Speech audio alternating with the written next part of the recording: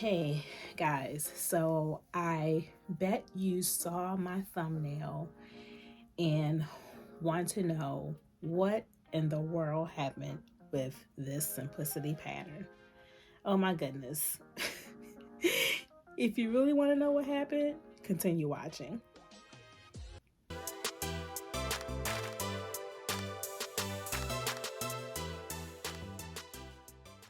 Hi, so welcome back. If you are a returning subscriber, thank you for coming back. If this is your first time, welcome, welcome, welcome. So my name is Keisha and my channel is called Ziza K Creations. And on my channel, I am sharing my sewing journey, the ups and a lot of downs as I learn the skill of sewing. So this pattern here, I was truly excited to make. I was truly excited to make this pattern. I was excited for a number of reasons. I wanted to potentially wear this shirt here out for Valentine's Day. It is a knit fabric I got from Walmart, very, very inexpensive. I forgot, I think I paid $4 for this, 3 yards for $4 or maybe $8. I forget the exact price, but yeah, the goal was to do a mock-up of this and then hopefully have time to go back to Joann Fabrics and look for a very festive Valentine's knit print color I could make as a garment to wear. That did not happen. All right, so let me tell you a little bit about the pattern itself. So 9679, the simplicity pattern, it is really an easy pattern to construct. I think it is a very easy pattern to make if you are very familiar with working with knits of different weights and different textures and everything like that. I am still learning a lot about knits and how to sew with knits. So for me, this pattern was a little problematic. If you're interested in making this pattern, I will tell you right now that it's only 6 pieces, 6 pattern pieces. There are 13 steps to making this pattern. It does require a 5/8 inch seam allowance. You can use a ballpoint needle or a stretch needle. The tension on this, well, for me, the tension for this was light on my machine, and I will probably get into that a little bit later. You sew with a zigzag stitch because it is a knit fabric, and it did require only to make to use narrow hem. So when you hem, everything is narrow. No notions, anything like that. It's all fabric and thread. Okay, so let's talk about what made this pattern particularly challenging for me. First and foremost, I'm looking at my notes here because there was a lot to go through. The upper front of this shirt, when I put it on, was extremely droopy and very wavy. It was not laying flat against the chest as it's supposed to. So what I had to do was I struggled in trying to size this thing on my shoulder by myself, but I managed to take 2 inches off the shoulder. Forget what shoulder it was. I think it was the shoulder, maybe the shoulder. But I took 2 inches off the shoulder, and that gave it a flat lay against the top of my chest area. That was an okay fix. However, the right sleeve on this was also too big, and it did not lay flat on my shoulder. So if you look at the pattern, the picture here, that shoulder where you have the sleeve that's supposed to lie on your shoulder, mine did not. It was like literally hanging off my shoulder. Not only that, the whole entire right side was just really big, and I had a lot of room in it. So I don't know what happened with that. The sleeves on this were really long.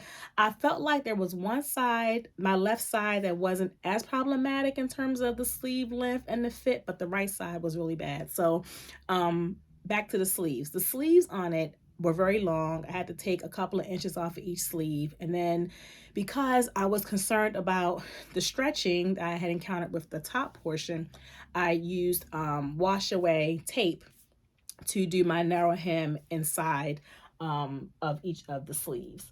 I think that turned out okay, although that right side is still somewhat droopy and it fits a little big. Yeah. And then so when I went to do my hemming again, I was a little cautious because of all the drooping that happened here. I did not want to stretch out the bottom hem. I used my um, walking foot. So when I started this project, I started off by just using my plain presser foot, which worked really well. It didn't, my fabric didn't eat anything like that. It worked out really, really well. However, once I got down to the hem, I was concerned about the stretching. So I thought maybe if I change out the presser foot to my walking foot, that would help. Well, no, that did not help. What kept happening is my walking foot, can't see it well enough here, so I'll put a picture up so you can see it better. But my walking foot, it kept sucking up the fabric in the bottom of my machine and the plate, and it kept doing this knotting. I don't know why it kept doing this knotting around the hemline. So I thought it was very weird because when I tested it before I used the walking foot, my the piece I tested it on, it worked out really, really smoothly. And here's a picture here. I had no problems. However, once I started with the walking foot, again, with this here, it kept eating up the fabric. The machine was eating my fabric. It was not feeding through the presser foot properly. And it started to knot a lot. So I said, okay, Keisha, take the walking foot off and put the presser foot, the regular presser foot back on. And I did that. And actually it it worked with no problem. I had no issue once I put the other presser foot back on, the regular presser foot back on. So I cannot tell you why I had so many issues with the stretching in this pattern piece and in this fabric. Again, it was big around the neckline. The right side was too big. I was afraid of the stretching around the hemline, so I tried to use the walking foot. That didn't work out too well.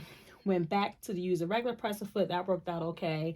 And you can still see where it is still pretty wavy at the bottom here. I mean, I don't know if you can see it well on the camera, but it's still a little wavy at the bottom.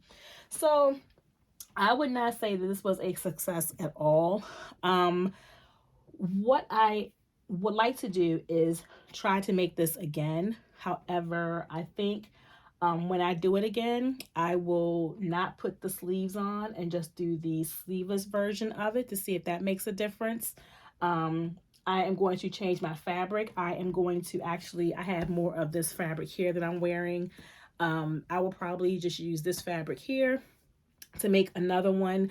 And this is a double brushed poly knit that I did as a part of my Sew It Academy course. And I didn't have any issues from what I can remember in making this shirt with my machine. And I used a regular presser foot when I did this. So I think I'm going to go back to use this fabric here.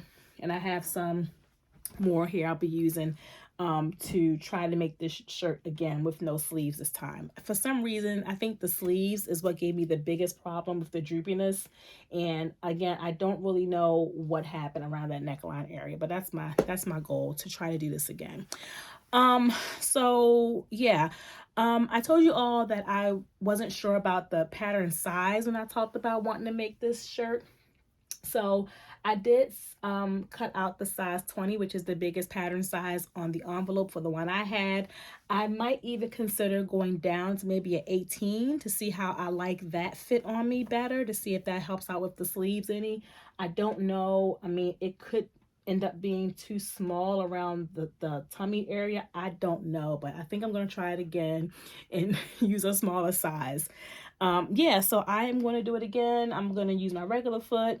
I'm going to use this fabric here, and we will see what happens. But I need your help. If you guys have any suggestions on the fabric and how to work with these thinner knits, particularly maybe even the ones that come from Walmart. I'm not saying anything bad about the Walmart fabric, but I find that the thinner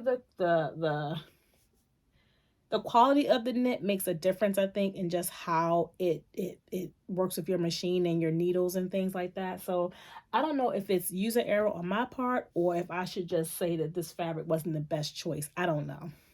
But any suggestions you all have on what I can do to get better at sewing with knits.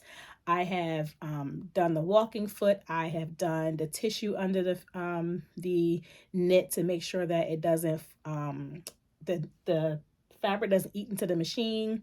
I have used the regular walking foot, and I'm sorry, the regular presser foot when I'm sewing with knits, and I have also done the wash away hem tape so far. So I've tried different methods. I'm not really sure. It may just be just based again on the fabric itself and what the fabric content is and how it works in your machine. So I will show you some pictures now of what the shirt looks like on me.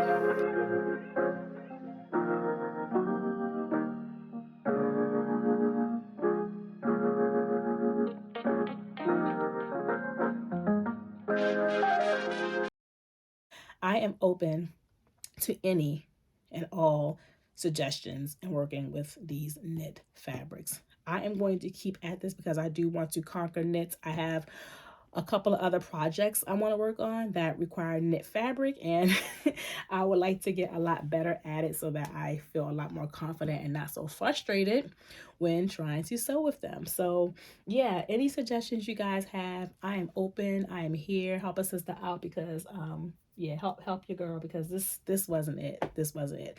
I can't even wear this out anywhere. It's just not good. It's not good. All right, so stay tuned to watch and look at some pictures of me in the shirt. And again, leave your comments and your suggestions down below. And until we come together again, God bless and have a good one. Bye.